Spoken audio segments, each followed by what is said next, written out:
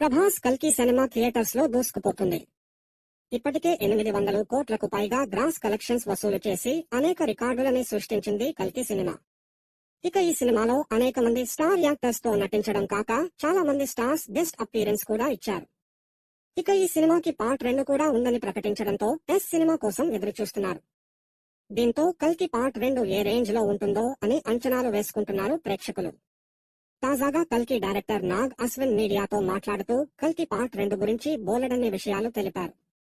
కల్కి పార్ట్ 2 గురించి నాగ్ అశ్విన్ చెప్పిన విషయాలు: విజయ్ దేవరకొండ అర్జున పాత్ర గెస్ట్ రోల్ కాదు, సెకండ్ పార్ట్ లో కూడా ఉంటుంది. నెక్స్ట్ పార్ట్ లో నాని, నవీన్ పోలిశెట్టి కూడా గెస్ట్ పాత్రల్లో కనిపించొచ్చు. దుల్కర్ సల్మాన్ పాత్ర సెకండ్ హాఫ్ లో ఉంటుంది. సెకండ్ పార్ట్ లో ప్రభాస్ పాత్ర ఫుల్ లెంగ్త్ ఉంటుంది. కమల్ హాసన్ గారి అసలు రూపం పార్ట్ 2లో చూస్తారు. చాలా మంది కొత్త యాక్టర్స్ పార్ట్ 2లో కనిపిస్తారు.